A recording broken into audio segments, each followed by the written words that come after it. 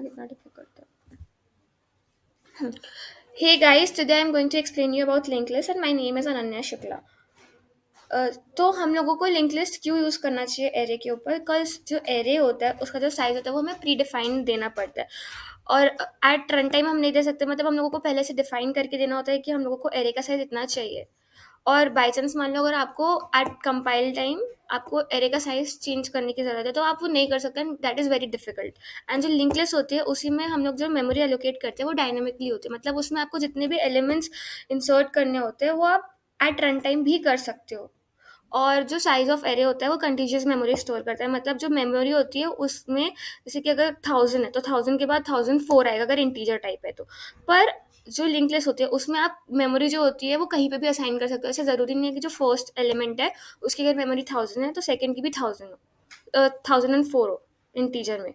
वो 1008 1020 कुछ भी हो सकती है अपने अकॉर्डिंग, जहाँ पे भी स्पेस फ्री है।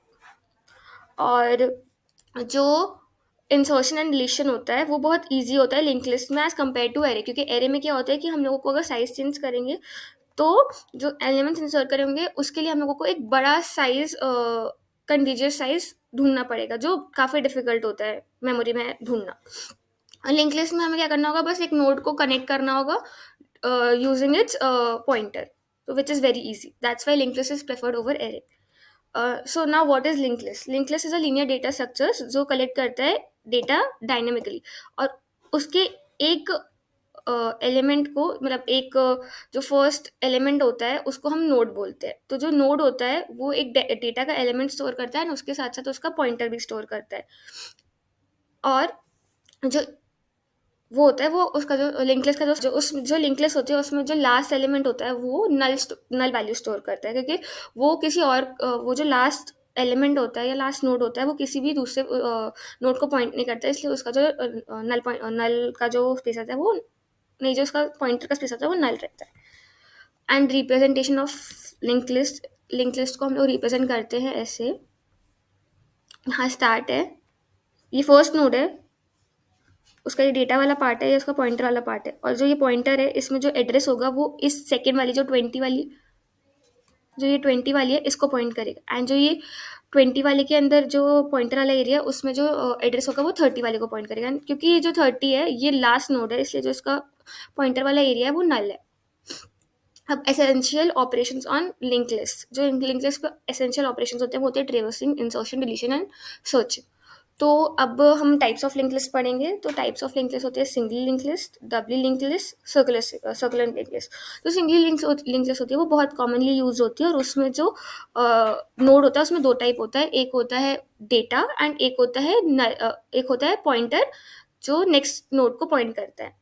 और जो डबल होता है उसमें दो पॉइंटर्स होते हैं एंड एक डेटा होता है। तो जो पॉइंटर होता है वो उसके प्रीवियस नोड को भी पॉइंट करता है और उसके नेक्स्ट नोड को भी पॉइंट करता है। और जो सर्कुलर लिंक लिस्ट होती है उसमें क्या होता है,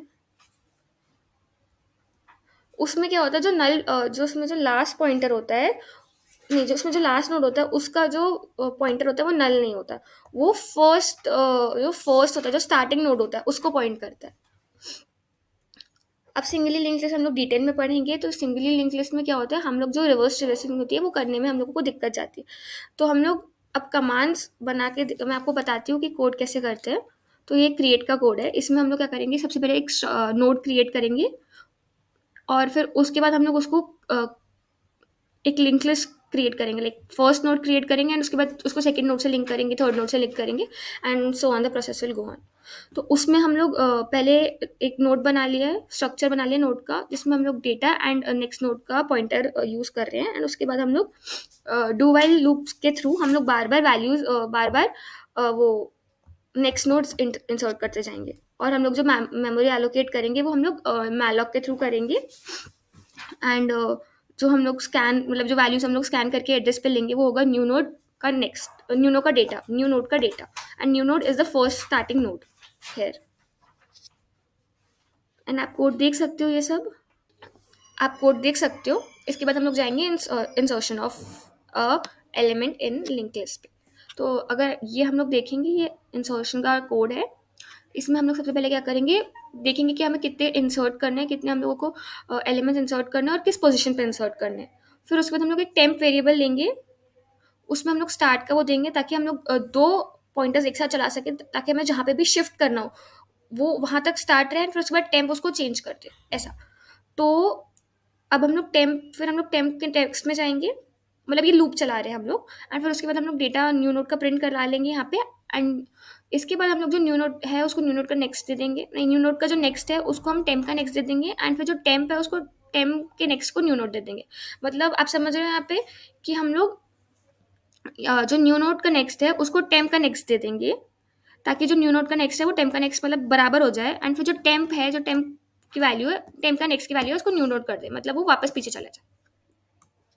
अब हम लोग डिलीट नोट देखेंगे, उसमें हम लोग सबसे पहले स्टार्टिंग में हम लोग फॉर लूप लगाएंगे, जिसमें हम लोग बताएंगे कि अगर आपको जो भी डिलीट करना है वो आप कैसे डिलीट कर सकते हो। तो यहाँ पर ऐसा है कि हम लोग फॉर लूप लगा रहे हैं लोकेशन के लिए। आप सबसे पहले तो लोकेशन स्कैन कर लोगे कि आपको कौन से लोकेशन पे जो एलिमेंट है वो डिलीट करना है। अब ये आप स्टार्टिंग और एंड के लिए भी कर सकते हो, पर उसमें हम लोग क्या करेंगे, लोकेशन की जगह 1 एंड साइज ऑफ हमारा लिंक लिस्ट डाल देंगे, तो उससे हमारा हो जाएगा, तो उसमें हमें इतनी दिक्कत लेने की ज़रूरत नहीं है। अब ये कोड है जिसमें हम लोग डिलीट कर देंगे, मतलब फ्री कमांड जो होता है वो डिलीट करने के लिए यूज़ होता है। तो हम लोग क्या करेंगे, पॉइंटर 1 को नेक्स्ट करके पॉइंटर 1 का next equals to pointer next कर देंगे, एंड फिर पॉइंटर को फ्री कर देंगे। तो अब that's it for the day. Thank you so much. Link list मैंने आपको पढ़ा दिया है पूरा भाई। आपको आई होप आपको समझ आया हो। बाय।